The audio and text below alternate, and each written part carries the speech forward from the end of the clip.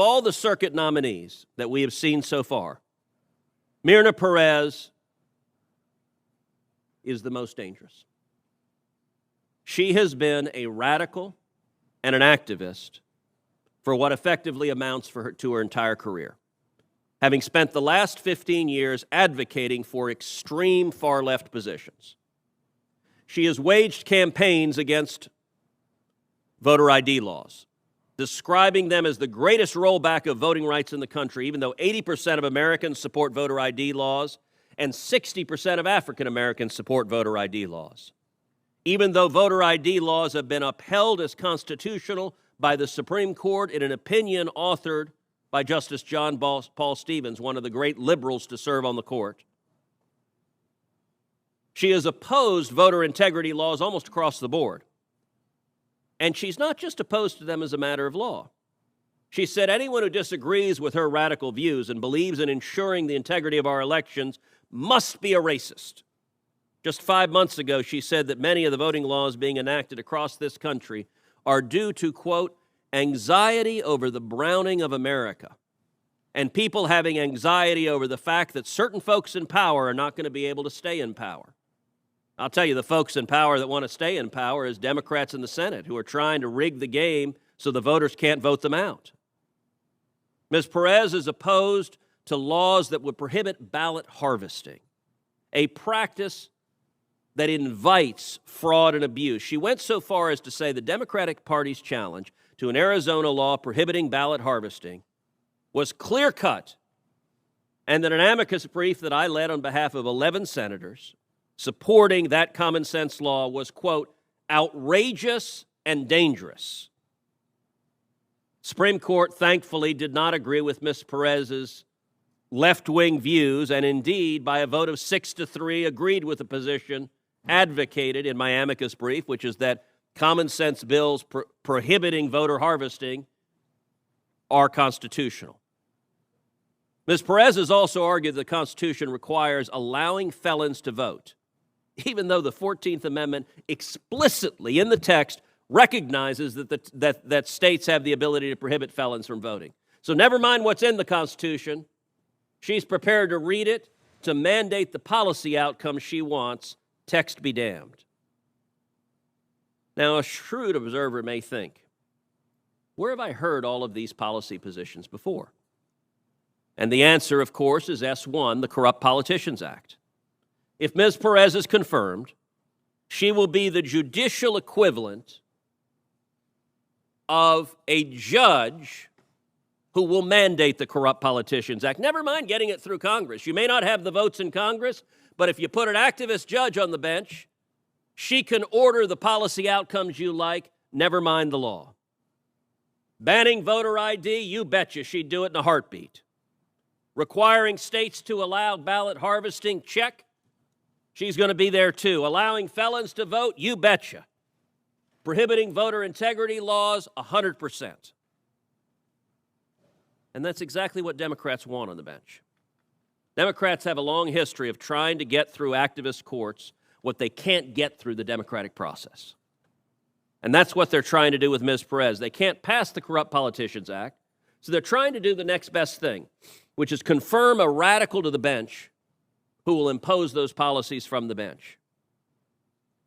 And the amazing thing is, Senate Democrats are not even hiding the fact that Ms. Perez has been nominated precisely because she will be a partisan from the bench.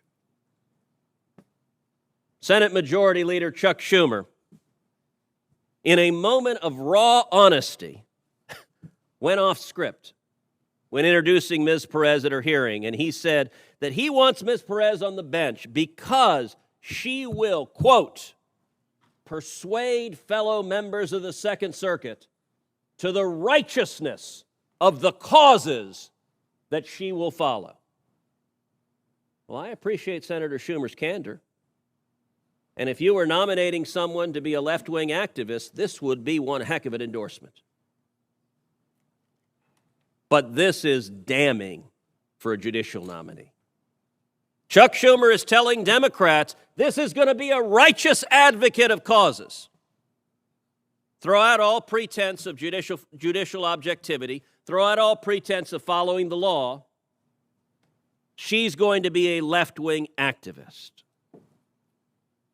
And it's not only Senator Schumer that has let slip Ms. Perez's political activism. Chairman Durbin praised an article she wrote entitled, quote, "The GOP campaign to make elections less free." Chairman is nodding. He apparently thinks it's a good thing for federal judges to be blazingly partisan. Chairman Durbin said he would, quote, "gladly give her article as a speech from him personally on the floor of the Senate any day of the week." Mr. Chairman, I agree. You're a partisan Democrat. You're entitled to be a partisan Democrat. We shouldn't have judges that treat the judiciary like they're partisan Democrats. I will note Senator Leahy said a minute ago, the reason for Republicans' opposition is she's a woman.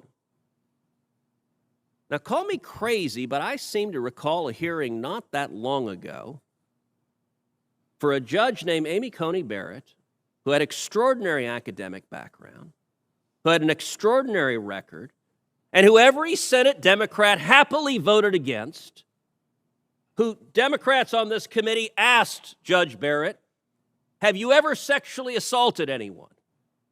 That was a unique moment in the history of the Judiciary Committee.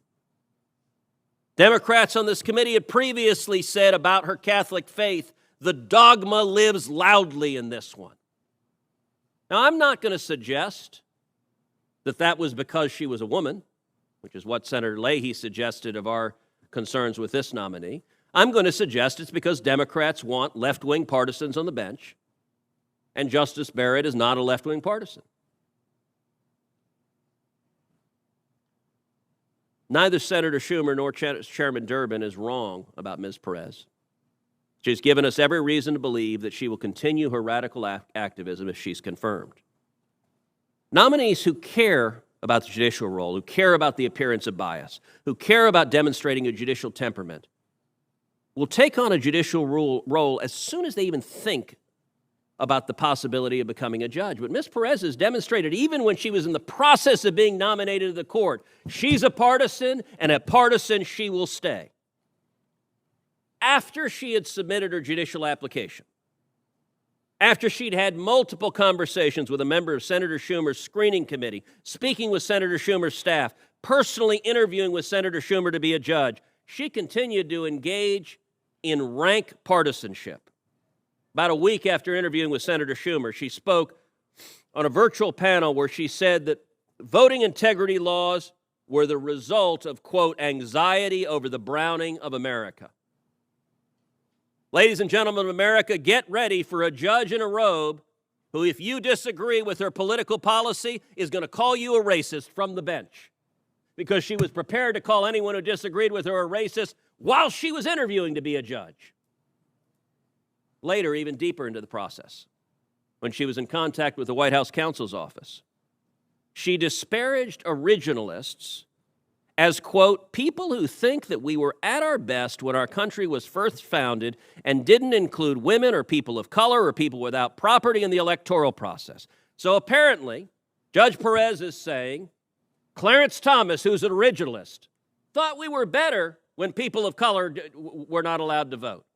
She's saying Justice Barrett, who's an originalist, thought we were better when women weren't able to vote. What utter garbage.